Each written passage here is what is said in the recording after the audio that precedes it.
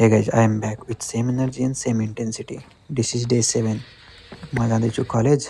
So आज एक period चाँडै क्लास सक्यो र हामीहरू सबैजना साथी मिलेर त्रिभुवन चोक गयौँ घमन्जा खान।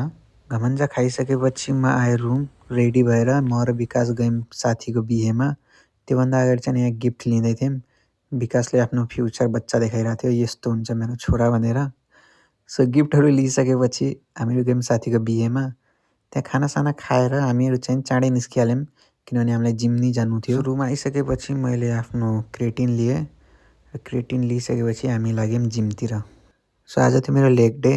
सो पहिलो एक्सर्साइज मैले स्क्वाड गरेँ। स्क्वाडको 5 सेट र 12-12 ऱ्याप निकालेँ। सो त्यसपछि सेकेन्ड एक्सर्साइज मैले लेग एक्सटेन्सन मेसिनमा क्वाडको एक्सर्साइज गरेँ। क्वाडको एक्सर्साइज भइसकेपछि मैले ह्यामस्ट्रिङको मेसिनमा हानेँ 5 set 12-12 rap. So fourth exercise मैले लेग प्रेस हानेँ। यसको चाहिँ मैले 3 सेट हानेँ 12देखि 15 ऱ्याप।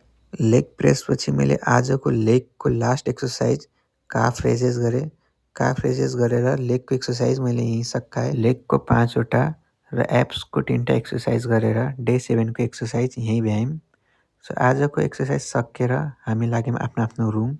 आजको मिल चाहिँ 200 ग्राम राइस, 150 ग्राम सोया चङ्क्स अनि 2टा अन्डाको अमलेट। सो यति खाएर म चाहिँ सुत्छु। आज अलि बडी पनि थाकेछ। भेटौँला डे 8 मा। By by guys.